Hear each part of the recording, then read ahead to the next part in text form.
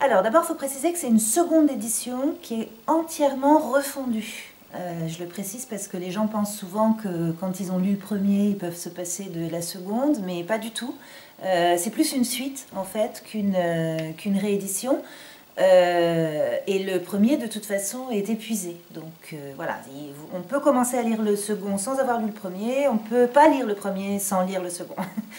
C'est un ouvrage collectif qui est le produit du travail d'un collectif que j'ai fondé en 2011, qui s'appelle Aggiornamento Histoire-Géographie, qui est un collectif d'enseignants qui vont du supérieur jusqu'au primaire, même s'il n'y en a pas beaucoup, et principalement des professeurs d'histoire et de géographie, et même principalement d'histoire en fait, parce qu'on parle assez peu de géographie malheureusement, on est en manque de géographes, et c'est un collectif qui a été fondé à la fois pour être un espace de sociabilité professionnelle, parce qu'on en manque, parce que le temps est à la suppression de tous ces lieux un petit peu de discussion sur le travail.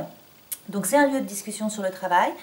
C'est un lieu de production, de réflexion sur notre outil de travail. Voilà, on avait envie de produire des textes de fond, des textes qui soient à la fois de la restitution de pratiques, mais surtout des réflexions épistémologiques sur qu'est-ce que ça veut dire enseigner l'histoire, à quoi ça sert, quelle est l'histoire de l'enseignement de l'histoire, quels sont les grands débats autour de l'enseignement de l'histoire.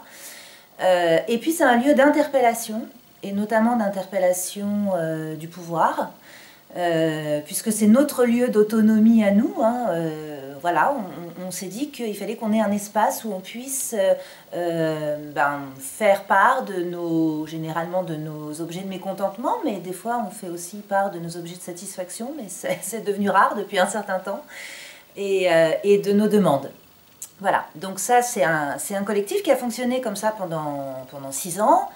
Et puis, lorsque les éditions Agone nous ont proposé de refaire un livre parce que le premier était épuisé, eh bien on s'est dit, profitons-en pour rendre visible en fait, et accessible à toutes et à tous, le produit de ce travail collectif.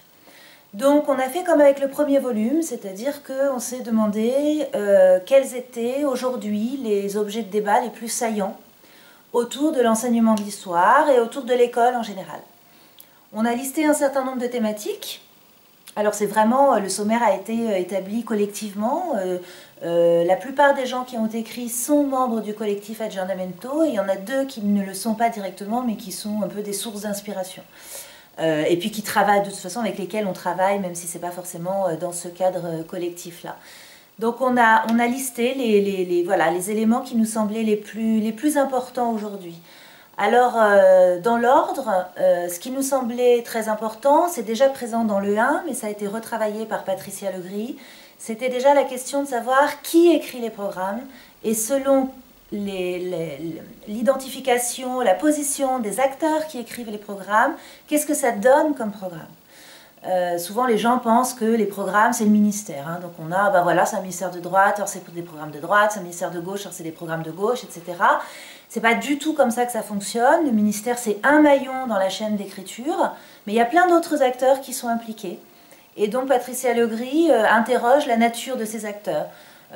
Quand il y a des profs qui sont impliqués, qu'est-ce que ça donne? Quand ils le sont moins, qu'est-ce que ça donne? Quand ce sont des inspecteurs généraux, des universitaires, etc.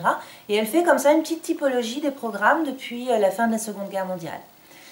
L'autre question qui nous semblait importante et même fondamentale, c'était l'école élémentaire. Il se trouve que ça, c'est un sujet qu'on n'avait pas travaillé dans le 1, et c'était un gros manque.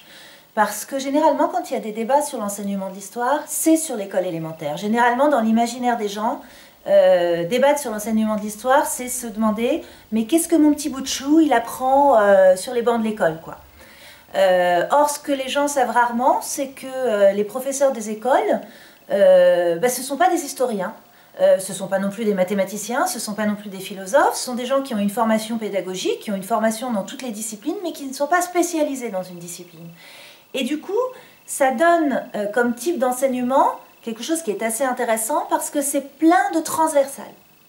C'est pas du tout comme le prof du secondaire qui dit je vais enseigner que l'histoire, que la géographie, je ne veux surtout pas toucher au français, je ne veux surtout pas toucher aux mathématiques. C'est un enseignement transversal. Du coup, ça donne un autre discours sur l'histoire, un autre récit des autres manières de faire. Et ce chapitre montre que l'un des tropismes en fait, les plus prégnants dans l'enseignement de l'histoire à l'école élémentaire, c'est le côté ultra chargé de dimension civique. En gros, former un petit citoyen, former un petit citoyen.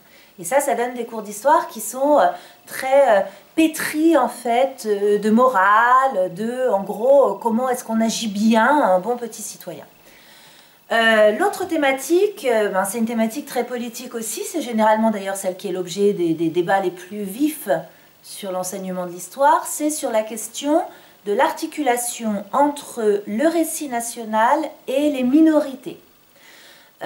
Comment est-ce qu'on peut rendre visible, comme une sorte de politique de la reconnaissance, hein, comment est-ce qu'on peut rendre visible dans le récit scolaire de l'histoire des gens qui, depuis longtemps, ils sont invisibles ou quasiment invisibles.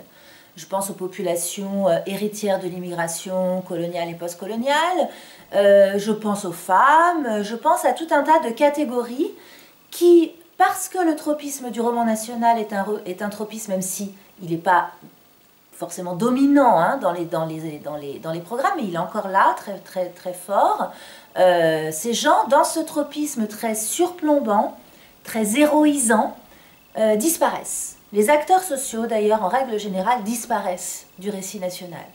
C'est d'ailleurs pour ça que, très souvent, le retour au récit national est réclamé par une certaine frange politique.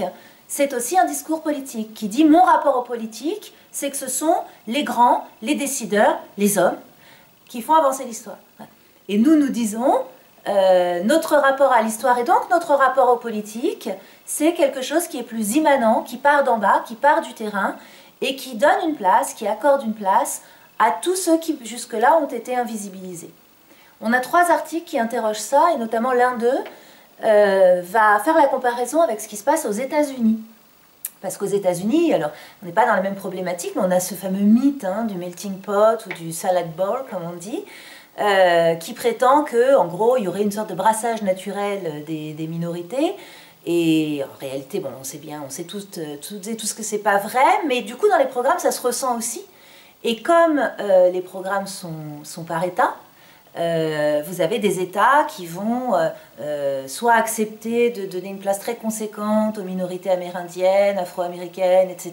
D'autres qui vont être beaucoup plus réticents, et ça fait débat à la fois dans les programmes, dans les manuels, etc. Donc on est allé voir un petit peu ce qui se passait ailleurs. L'autre grand thème, c'est la question des échelles, hein, parce que ce que pose aussi comme question le récit national, c'est l'échelle hexagonale. Nous, on prétend qu'on ne peut plus aujourd'hui, dans le monde qui est le nôtre, se contenter d'une échelle hexagonale. C'est assez grotesque du point de vue du rapport à la vérité historique aussi. Et puis, c'est totalement éloigné de la recherche historiographique, de la recherche scientifique, des universitaires. On peut penser à l'histoire mondiale de la France de Patrick Boucheron, mais l'histoire mondiale de la France n'est finalement qu'une sorte de rencontre entre plein de recherches qui existaient déjà, bien avant cela, et qui montre que même pour penser le national, on est obligé de transiter par l'impérial, le mondial, le global, la connexion entre des aires culturelles, etc. Donc on a un article qui interroge ça, c'est celui de Vincent Capdepuis, et qui se demande au fond est-ce qu'il n'y aurait pas une opportunité dans l'histoire globale et dans la géohistoire, hein, donc voilà, de penser autrement cet enseignement. Et puis un autre article qui lui interroge la géopolitique, c'est Vincent Casanova, et qui montre que la géopolitique, qui est très présente dans les programmes, notamment des programmes de lycée, notamment les programmes de terminale, sur des sujets qui sont extrêmement sensibles, par exemple le conflit israélo-palestinien, il montre qu'en fait faire de la géopolitique participe aussi à ce processus d'invisibilisation dont je parlais tout à l'heure, c'est-à-dire qu'en gros c'est toujours État contre État, soit ils sont en accord, soit ils sont en divergence, mais derrière il n'y a jamais d'acteurs sociaux. Voilà. Il n'y a jamais d'acteurs. Hein. Donc les hommes et les femmes des États dans la géopolitique disparaissent. Il dit que ça pose quand même un certain nombre de problèmes et il pose des questions de pistes de sortie. On interroge la formation, ça c'était pas dans le 1, la formation des enseignants. avec quelques pistes aussi sur qu'est-ce qu'on pourrait faire pour que les enseignants soient mieux formés. On interroge un thème d'actualité assez grave qui est la question du complotisme. On l'interroge un peu différemment de ce qu'on entend, et notamment du discours institutionnel. C'est-à-dire que le complotisme, évidemment, c'est un très grave danger, notamment au regard de ce qui s'est passé récemment avec les attentats terroristes. Mais il ne faut pas non plus tomber dans une forme de paranoïa qui verrait du complotisme partout, au point d'empêcher toute critique possible. Le fondement de l'enseignement d'histoire et des sciences humaines et sociales en général, et je crois de l'école en général, c'est aussi de nourrir l'esprit critique. Il faut accepter que des enfants doutent, contrairement à ce que disait François Fillon, il faut accepter que des enfants doutent pour pouvoir justement les accompagner dans la construction de savoirs rationnels. Si on supprime cette possibilité de doute, on est dans l'endoctrinement. Et la pédagogie anticomplotiste ne doit pas servir une pédagogie de l'endoctrinement. Un dernier article, c'est celui qui était déjà un peu présent dans le premier, mais qui est retravaillé, actualisé, qui est plus épistémologique. En gros, on voudrait essayer de sortir des carcans des programmes. En France, on est très, très imprégné par les programmes. Il y a un truc, hein, quand des étrangers nous regardent, ils nous disent « mais enfin, vous êtes dingue à être arc-bouté comme ça sur la question des programmes », qui est un mot affreux, hein, déjà, programme. Donc on propose des pistes pour essayer de réfléchir autrement qu'avec une liste de thématiques. Et c'est ce que Charles Imbert appelle une grammaire de l'enseignement de l'histoire. Voir autrement, varier les échelles, varier les genres, varier les focales, pour essayer de poser des questions à l'histoire plutôt que de répondre à un inventaire de contenu. Et puis je termine par notre préfacière du 1 et du 2, qui est aussi notre marraine du collectif Aggiornamento Histoire-Géographie, et qui est membre, bien sûr, depuis le début, qui est Suzanne Citron, qui est une historienne pionnière dans ses réflexions sur l'enseignement de l'histoire, sur la déconstruction du récit national, et qui nous fait là encore une belle préface, qui montre aussi encore toute sa vivacité intellectuelle, alors qu'elle a 95 ans, Suzanne. Une préface dans laquelle elle croise à la fois des données autobiographiques comme dans le 1, mais aussi une vraie critique du fonctionnement actuel de l'institution qui est encore complètement enfermée dans ses pesanteurs, et notamment ses pesanteurs administratives.